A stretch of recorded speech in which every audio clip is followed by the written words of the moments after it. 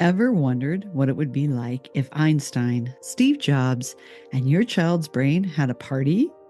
Welcome to the Neuroquirky Nexus, where we celebrate the extraordinary minds of our neurodiverse children. I want to welcome all of you amazing parents and caregivers to this podcast. This is for all of you navigating the colorful world of neurodiversity. We're here to explore holistic, out-of-the-box solutions for your children and teens with ADHD, stress, anxiety, and other neuroquirks. Each week, we'll dive into practical brain-based techniques and quirky strategies to help your child thrive. I'm Lori Bloyer, a former veteran teacher turned holistic neurogrowth learning and life success coach. As a parent of a neurodiverse child myself, I've spent countless years researching, experimenting, and developing unconventional approaches to support these unique minds. I myself have ADHD, diagnosed later in life, and I really look forward to sharing with you tips, tricks, and strategies to help you and your child thrive and help us all connect to the wonders of your child's neurodiversity. So let's get quirky. And welcome to the first episode of Neuroquirky Nexus, connecting the wonders of your child's neurodiversity. I am so delighted you chose to join us, and I'm looking forward to these little chats with you. Really good for parents that have recently had their child diagnosed with ADHD, anxiety, or stress. And these episodes are just going to be chats, and I always look forward to your submissions if you would like to have me talk about something. Today is just a general overview, so high-level pictures, and we are going to delve into these categories further. But first, I just wanted to introduce this episode, and let's get quirky. Lori Bloyer. I'm the owner of Nexus Success Coaching, and I am passionate about all things brain and helping children. And I've put lots of years into studying neurodiversity, especially because my son has anxiety and dyslexia and ADHD, and I have ADHD, and the thousands of children I've taught neurodiverse needs. So I've spent many years trying to figure out the best solutions.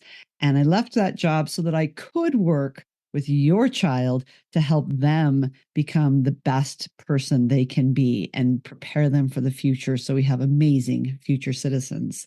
So that's why I'm here, just sharing this information and wanting to help as many people as I can. And today, in this episode, I'm going to give you of what neurodiversity means, what's the holistic approach that I'm talking about to working with neuroquirky kids is what I like to call them, why that's so important to have a holistic approach to helping your neuroquirky kid, how reframing perspectives can unlock our child's potential. Plus, I'll share some fun, quirky activities that you can do with your child to celebrate their unique brain. I want to end every episode with hands-on activity because I truly love anything hands-on. STEAM, STEM, Maker, that's another area that I love as a neuroquirky person myself. So I want to end each episode with something that you can really do with your child, because chances are you might not be listening with them. Unless they're a teen and you're listening, welcome. Welcome, teens and children. Anyone listening, welcome. All right, let's dive in. Our first topic is, what is neurodiversity? Neurodiversity refers to the natural variation in human brain function and behavioral traits. It's the idea that differences in thinking, learning, and behavior are simply part of the rich tapestry of human diversity. So imagine for a second, go with me on this trip. Imagine for a second a garden with various types of flowers. Each one is unique in its appearance and needs, yet they all contribute to the beauty of the whole. Can you picture that? That's beautiful. And it's neurodiversity in visual form. I love it. But how do anxiety and stress fit into this? Well, conditions like ADHD, anxiety, and stress are all part of the neurodiversity spectrum amongst many other areas, but these are the ones that we're going to specialize in this podcast. But they represent different ways our brains process information and respond to the world around us. Instead of viewing these conditions as flaws or deficits, the neurodiversity perspective encourages us to understand them as integral parts of an individual's makeup. Very important to understand that. So let's look into what that means. ADHD, which is by now you probably will know, is short for attention deficit hyperactivity disorder. And that's characterized by lots and lots of things. We're going to touch on them in this episode, but of course, delve into them in future episodes. But it's characterized by variations in attention, activity levels, and impulse control, amongst many other things. Like I said, this is the broad overview for now. It can manifest as hyperfocus on engaging tasks, creativity, and out of the box thinking. It can have challenges such as difficulty with time management and organization and the impulsivity and the mood swings, right? We all know, right? There's so many beautiful things that I think a lot of people don't look at. There's so many challenges as well. So we're going to talk about both in this podcast. Anxiety can influence children through how they handle social situations, right? So it could be heightened awareness to and attention to detail. It can be overthinking and excessive worry about future events. So anxiety is so prevalent nowadays, and especially for our teens, and the stress that comes next is why I want to talk about these as well. It's not inherently a neurodivergence. Stress, though, can impact brain function and can be both a result of and a contributor to neurodivergent experiences. It can amplify existing neurodivergent traits or challenges. So that's why I also want to go into stress in these episodes.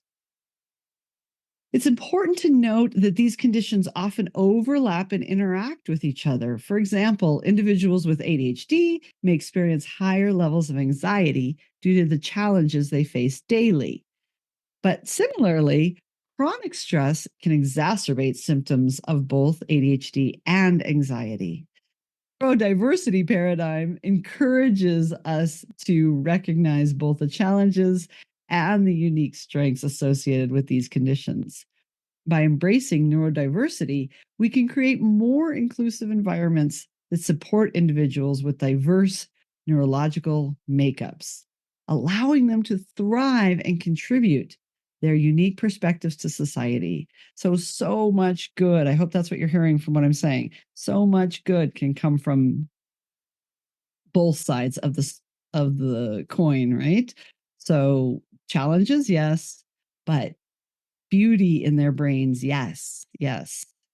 As I told one parent the other day, I said, once I embraced the beauty of my son's brain, and once he did as well and realized he has superpowers, the world was open to him and he felt such a weight lifted off of him. And I did too, to talk about superpowers and your super brain rather than, oh, you have these other challenges or these other labels.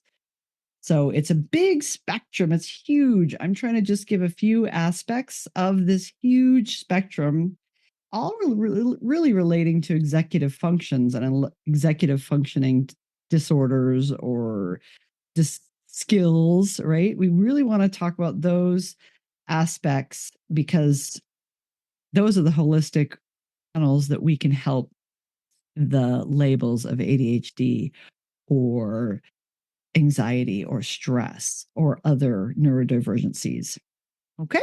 That's what we're getting at this podcast. And, I'm a former teacher and I'm a coach, but I'm not a professional podcaster or editor or video editor or audio editor. So I hope you'll bear with me as I am quirky in these episodes, but it's so fun. Yeah, let's have.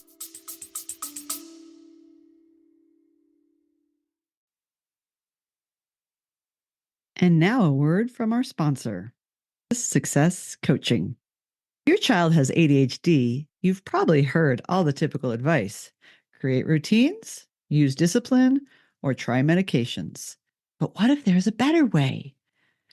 Please go ahead and get my free 3-part video series.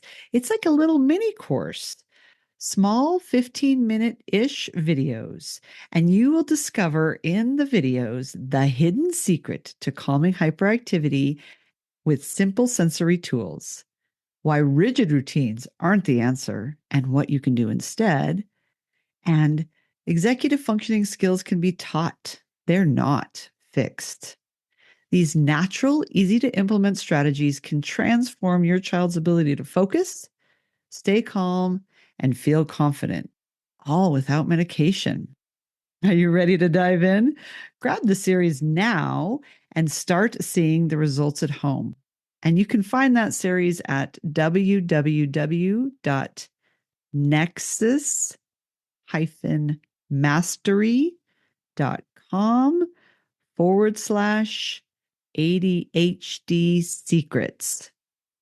That's nexus-mastery.com/ADHD secrets. And let's unlock your child's true potential, one video lesson at a time. See you there. Now let's get back to our episode. Fun. Okay. Let's talk about something personal for a minute, right? I've been saying who I am and my video and audio editing challenges. But really personally, as a former teacher, I had the privilege of working with many neurodiverse students. One particular student, I'm going to call him Alex. He stands out in my mind. Alex had ADHD and dyslexia and anxiety and several other labels. But like I said, I like to look at the big picture. But we're talking about ADHD in this episode. So he struggled to sit still during his lessons. However, his creative problem solving skills were off the charts. He was amazing. Initially, I focused on trying to make Alex conform to traditional classroom norms.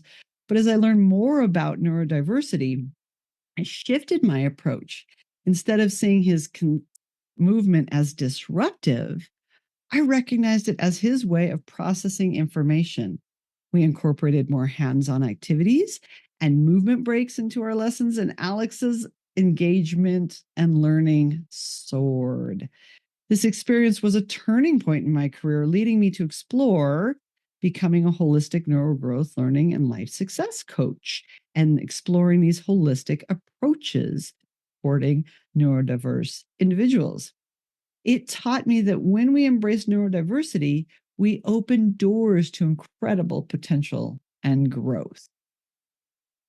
So remember, little thing I'm going to coin maybe in this podcast. In a world of neurodiversity, there's no such thing as normal, just different flavors of extraordinary. So I hope you're extraordinary too. All right, let's go into the next section. Let's explore how we can support our neurodiverse children, considering the whole picture. Holistic solutions for the entire person, their mind, their body, their emotions, and environment. Rather than focusing solely on symptoms or diagnosis, this approach recognizes that our children are more than their neuroquirks. They're complex individuals with unique needs, strengths, and challenges. When it comes to ADHD, stress, and anxiety, it's crucial to understand how the brain, body, and environment interconnect. Neurotransmitter imbalances and differences in brain structure can influence behavior and emotions. For the body, physical health, nutrition, and exercise play significant roles in managing symptoms and overall well being. For the environment, factors like your home life, school structure, and social interactions can either exacerbate or alleviate challenges. These elements don't exist in isolation. For instance, a child's ADHD symptoms might worsen when they're tired or hungry, or their anxiety might spike in certain social situations. By addressing all these aspects, this holistic approach, we can create more effective, long lasting solutions. While medication can be a valuable tool for managing ADHD, stress, anxiety, it's not the complete solution on its own. Purely medical approaches may overlook important environmental factors. They may fail to address underlying emotional or social issues, and they may not teach coping skills or strategies for long term success. So that's why a holistic approach is so important. I prefer our children to really not use medication because, in the long term, we want to teach them skills for surviving and thriving and not relying on the medication, but that underlying, what is underlying that we need to look at. The holistic approach doesn't dismiss medication, but it incorporates it as part of a broader strategy when appropriate.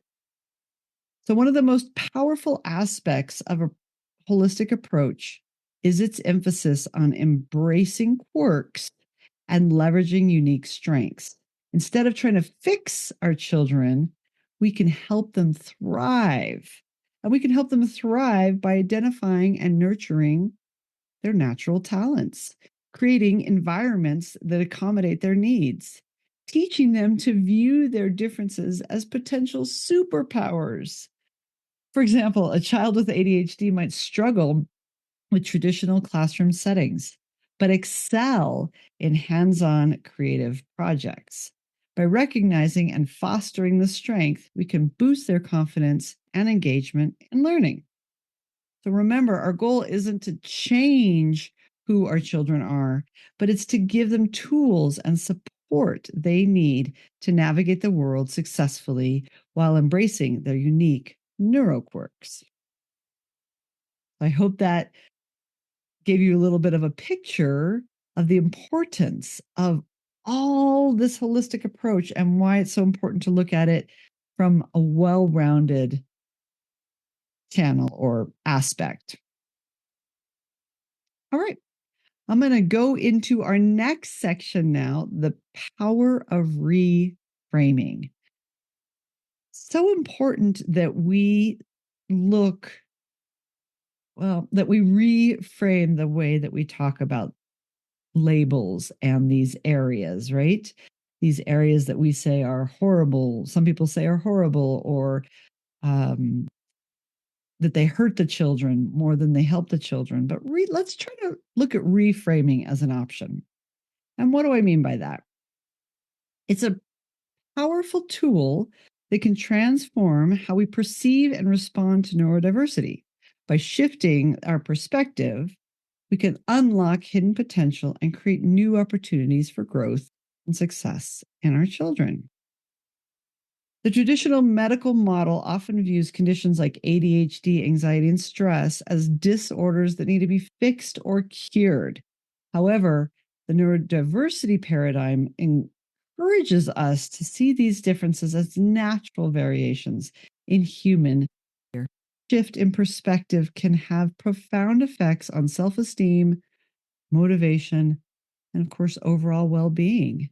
How many of our teens nowadays are seeing suicide as an option or self harm because they aren't understood and they haven't been taken the time to, people haven't taken the time to get to know them, and they feel stupid or dumb or not worthy. And so they think the only way out is either self harm or suicide. And it's just prevalent nowadays. And that's a huge reason why I'm here. I don't want it to be that way. We need to reframe the way we think. For example, instead of seeing ADHD as a deficit in attention, we can reframe it as a different attention style. People with ADHD often have the ability to hyper focus on tasks they find engaging, which can lead in exceptional productivity and creativity in certain areas. Got some success stories. There's some people you might know that have been harnessing neurodivergent strengths.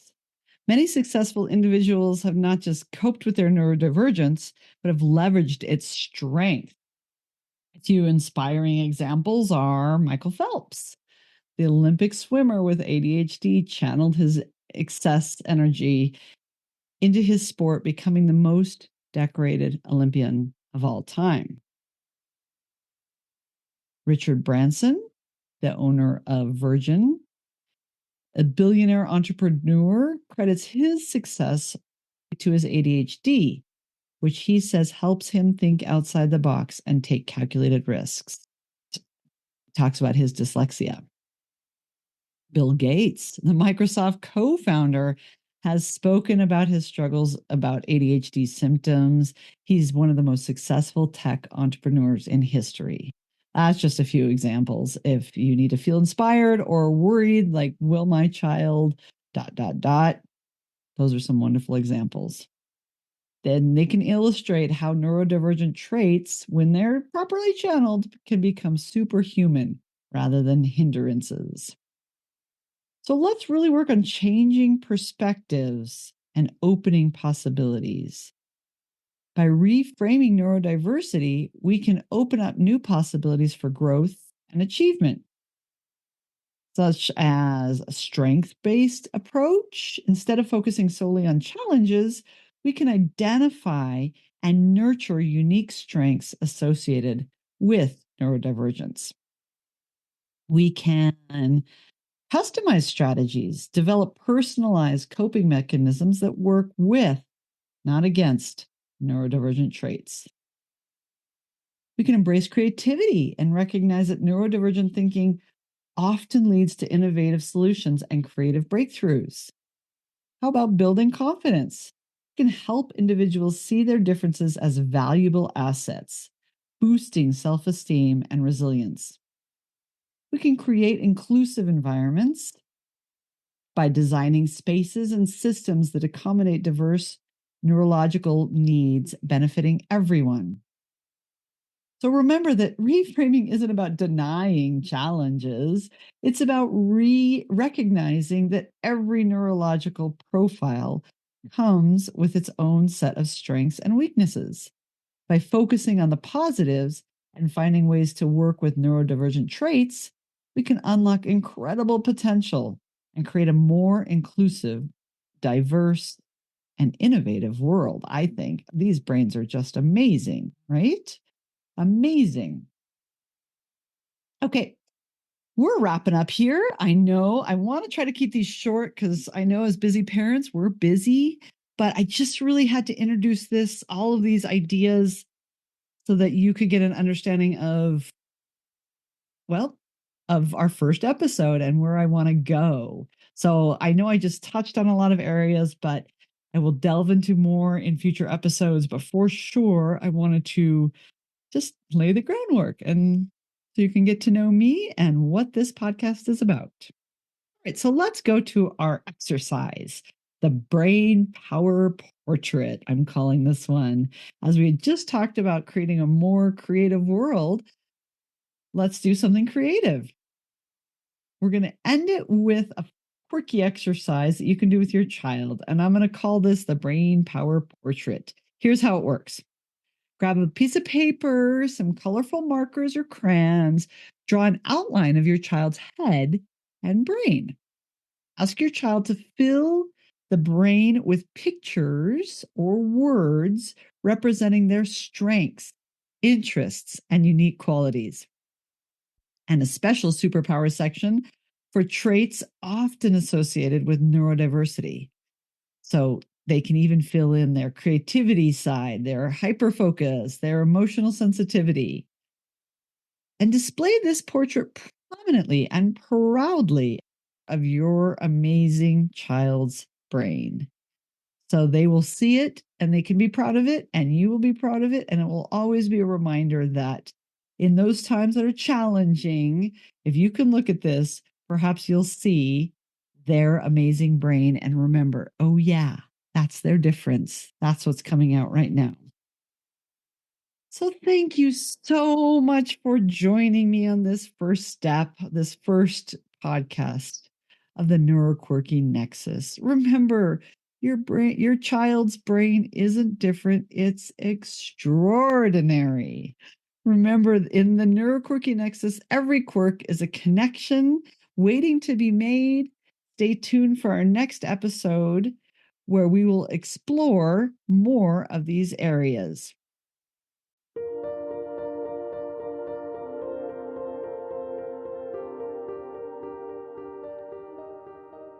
Thank you for listening to Quirky Nexus. We are so glad you took the time to join us today. I know time is precious, and we are so glad you're here. I hope you got a lot out of this episode. Please don't forget to post your activity using hashtag NeuroNexus. That's NeuroNexus. And of course, all links are in the show notes. And I just really hope you enjoyed it. So if you did, please like and subscribe and share this with a friend. I think this is really good for families that are new to their child being diagnosed with ADHD. And I believe that the tips and tricks and resources I'll be sharing will be very helpful for all families, but especially new families.